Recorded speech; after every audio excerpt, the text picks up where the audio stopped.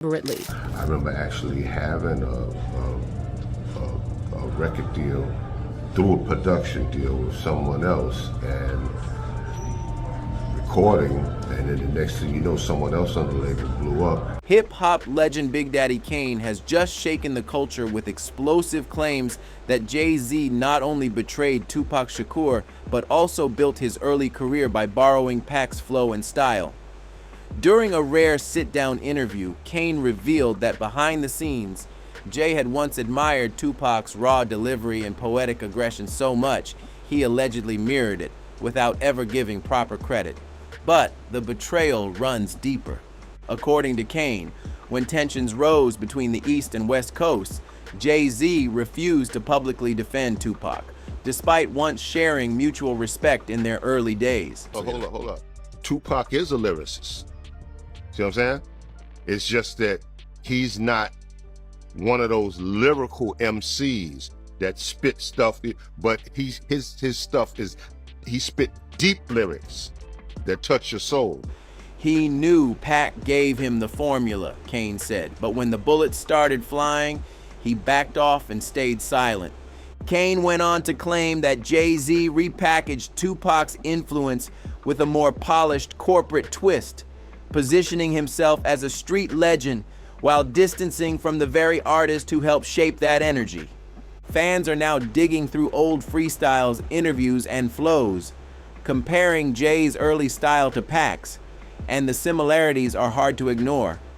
If true, these revelations could seriously alter how hip-hop views Jay-Z's rise and how deep the Tupac legacy really runs in the DNA of modern rap.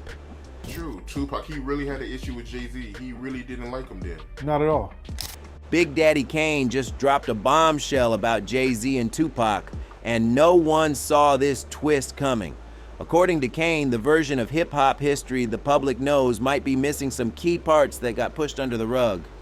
It's well known that Kane was instrumental in launching Jay-Z's early career. That's not even up for debate. Back in the day, Jay was rocking the mic as Kane's opening act, showing off his freestyle skills during Kane's legendary ciphers. But as Jay-Z climbed higher in the game, Kane's name quietly faded from the spotlight, almost like it was erased from the story completely. Now here's where things get even deeper. Kane's recent comments don't just bring attention to Jay-Z's rise, but also tie directly back to Tupac. While Kane was giving Jay a shot out east, Pac was busy lighting fires, calling out fake industry players, and yes, even throwing lyrical shots at Jay. So now people are asking, what exactly is Kane trying to say? Did Jay-Z just follow in their footsteps? Or did he use Kane and Pac's blueprint to build his empire, then leave them behind in the dust without looking back? Now, once he got on, did he ever reach back to you? Yeah, Jay had me come and do Summer Jam with him one year. I think that was the time when he had that. That's the real question heating up online right now. Back in the early 90s, when Jay-Z was still just another hungry MC trying to get noticed, Big Daddy Kane brought him on tour during his iconic Chocolate City run, giving him the stage, the mic, and the audience. Jay-Z wasn't just tagging along on tour with Big Daddy Kane, he was up there spitting freestyles on stage while Kane did outfit changes between sets, and this wasn't some small cosign.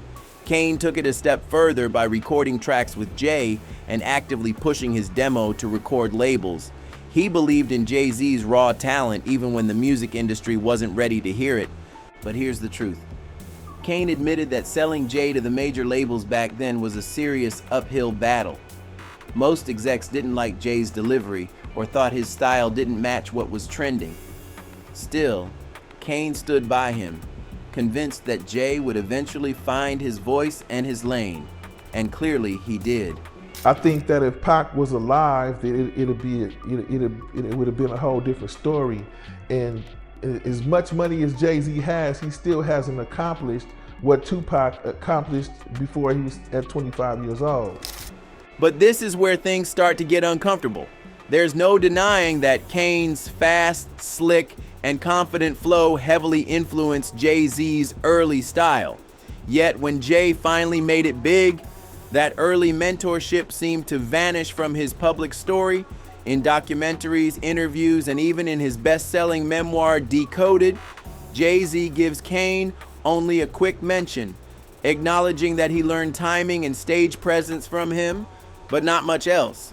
There's no in-depth tribute, no major shout-outs, no full-circle moments, just a small nod. Kane picked up on that silence, and some fans believe Jay might have even thrown shade. On his track Do It Again, Jay spits, "I've seen the same ish happen to Kane. 3 cuts in your eyebrows trying to wild out." For those who remember, Big Daddy Kane rocked 3 slashes in his eyebrows as part of his signature image. It was a bold look in the 80s and early 90s.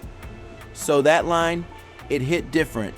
While Jay never confirmed it was a diss, the timing and wording raised plenty of eyebrows. By the time the late 90s rolled around, Kane's commercial presence was slipping, and the new generation of rappers had taken over, fast, hungry, and sometimes unapologetically forgetful. So when Jay-Z, who once looked up to Big Daddy Kane and learned under his wing, dropped that cold, sharp line on Do It Again, it hit different for some fans. The tone wasn't respectful, it felt distant, almost dismissive. Me and Pac went in the studio and did a song together. And then them little dudes. Outlaws. Yeah. Outlaws. They came, like, as soon as we got there, they came up to Pac talking about, yo, Lauryn Hill dissed you, Mobb Deep dissed you. And it wasn't just the audience that caught it. Angie Martinez reportedly mentioned on her radio show that the line sounded like a diss toward Kane, which only fueled the rumor mill even more. Kane eventually brushed it off in public, downplaying the heat, but by then the streets were already buzzing. There's also this long-standing talk around Jay-Z's calculated nature and the way he studied other rappers. Jay even admitted that he closely watched Kane backstage, taking mental notes on how to move, perform, and command attention. But as Jay-Z evolved into his street hustler persona, Kane stepped back, giving him space to find his own identity and lane in the industry. Now, years later, Kane seems to question if that retreat helped Jay erase his presence on purpose. But Kane wasn't the only one feeling the shift. Around that same time, Tupac was rising and calling out everything he saw going sideways in the industry. He wasn't just rapping, he was exposing the industry's obsession with image, power, and empty fame. Pac saw it coming, the shift away from soul and substance toward money-driven branding. And right in the middle of that change, Jay-Z. Back then, plenty of rumors were flying that Jay felt threatened by Tupac's aura. People believed Jay knew deep down he couldn't match Pac's fire. While Jay had the clever lines, the polished flow, and the hustle, Pac had that magnetic force, that unshakable presence that couldn't be manufactured or taught. It was raw, it was real, and it made waves in ways that lyrics alone couldn't. I heard that no one really wanted to sign him when you was shopping him around the record labels. Is that true? Mm-hmm. Yeah. This was, I want to say, I don't know, 90, 91 maybe. We was, Jay, we recorded some songs, probably about 4 or 5 songs on Jay-Z, and shopped them to several different record labels, and they all passed. Eventually, that quiet tension between them started to build, and the clash felt inevitable. Jay-Z and Tupac had real tension brewing just before Pac's tragic death, and it wasn't just hearsay. The beef escalated when Jay aligned himself with Biggie, taking subtle shots aimed toward the West Coast. Both Jay and Biggie hailed from Bed-Stuy, and in the early 90s they started getting closer. By 1996, that partnership led to the track Brooklyn's Finest, one of the standout joints on Jay-Z's debut album Reasonable Doubt. But that collab didn't just make noise, and it lit a fuse. Irv Gotti, who was heavily involved in Jay's early career, later revealed that he told Jay straight up, "Don't do it." He warned him about putting Biggie on the record, especially with how out of control the East Coast versus West Coast beef already was. Irv knew the climate was too hot, and adding Big to that track could stir the pot in a dangerous way. Now rewind to 1994, Tupac and Biggie had actually been cool at first, but everything changed after Pac got shot 5 times in a robbery at Quad Studios. Pac believed that Biggie and his circle, including Diddy, might have had advanced knowledge about what went down, but never gave him a warning. That felt like betrayal, and Pac never let it go. Biggie, for his part, always denied knowing anything about the setup. Still, after the Quad incident, Pac and Biggie stopped holding back. Disses started flying in interviews, lyrics, and on wax. Not long after, Biggie dropped Who Shot Ya, which many took as a subliminal aimed right at Pac. That only poured gasoline on the already blazing coastal rivalry. Despite all that chaos, Jay-Z went ahead and dropped Brooklyn's Finest anyway, and that decision stirred the pot even more, especially because Biggie's verse featured bold shots, including lines where he called Pac his son and referenced the rumors surrounding Tupac and Faith Evans. That verse didn't go unnoticed. For Pac, it wasn't just a lyrical jab, it was personal. And with tensions already sky high, that track became one more spark in a feud that was reaching explosive levels. After Brooklyn's Finest, Tupac wasted no time going at Jay-Z directly.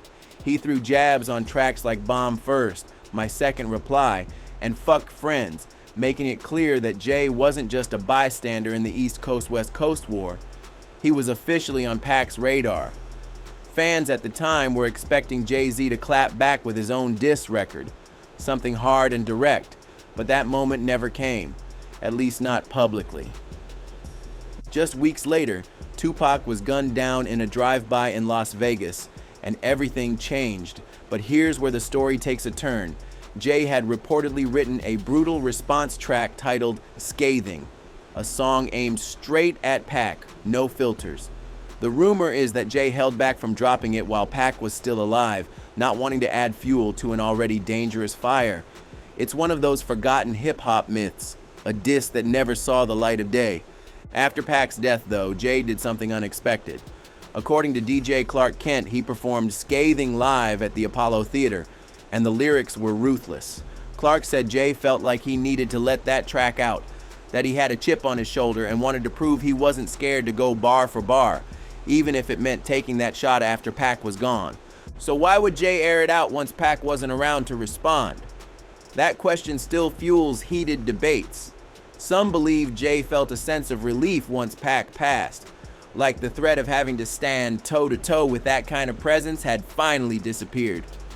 Diddy's former bodyguard, Gene Deal, even claimed Jay was once so nervous about Pac being in Vegas that he refused to leave his hotel room for a show, all because Pac and his crew were nearby. To this day, fans call Jay-Z sneaky for never dropping that diss during Pac's lifetime. But truth is, the East Coast crew had been throwing subliminal shots for months, hoping Pac would take the bait, lash out, and give them something to spin into headlines, and Pac always responded. That's what made the feud legendary. Rappers who were around during that era say one thing loud and clear: Jay-Z was seriously envious of Tupac's charisma. It didn't matter how sharp Jay's bars were, he simply couldn't compete with the magnetic presence Pac had. Tupac didn't just rap, he connected, and people felt him in their bones. Jay was skilled, no doubt, but Pac had that larger-than-life energy that couldn't be copied or crafted in a studio. Even Nas came forward in an interview years later, hinting at the same vibe. He told Vibe that during a hangout, Jay straight up claimed he was better than Biggie. Nas said he looked at him sideways like, "Is this dude serious?" But it didn't stop there. Nas said Jay pushed the line further and said that Tupac and DMX weren't even lyricists. Nas shut it down quick, saying, "I disagreed. Tupac was the greatest ever, period." That story only added more fuel to the idea that Jay's ego didn't sit well with the legends who came before him. But Jay's been labeled shady for more than just those bold claims. Fans point out how he stayed tight with Diddy, even after all the whispers connecting Diddy to Tupac's murder began swirling in hip-hop circles. After Pac and Biggie were both gone, Diddy started publicly praising Jay-Z, even saying he was the one who took the torch from them. That raised eyebrows, especially considering the history. And through all the chaos, Jay stood by Diddy's side, silent through the drama, close through the controversy, that is, until 2023 hit and Cassie's lawsuit sent shockwaves through the industry. That's when Jay-Z suddenly hit the brakes and switched up, claiming that he and Diddy were never even friends. That move had people questioning everything: loyalty, alliances, and intentions. So what's the real story here? Big Daddy Kane speaks on betrayal. Tupac issued warnings before his death. And Jay-Z, he's been moving in silence with strategic alliances that now have fans looking back and asking, was it all part of a bigger plan? When you lay it all out, it starts to paint a clear picture. Jay-Z isn't just known for his skill or hustle, but for his calculated moves that helped him rise. From borrowing flows to sidestepping mentors and possibly even shading legends like Big Daddy Kane and Tupac, some say Jay didn't just climb to the top, he stepped over the very people who helped him get there. As more voices in the industry speak up, a new narrative is forming. One where Jay's legacy is built not just on talent, but also on cold, strategic decisions and silent power plays. And even though he reached icon status, there are questions that still hang heavy in the air. So what's the truth? Was Jay-Z just doing what he had to do to survive in a ruthless game? Or did he cross the line by turning his back on Kane and distancing himself from the greats before him? And what about that deep jealousy some say he held toward Tupac? Let us know what you think in the comments. Don't forget to like this video and hit subscribe for more deep dive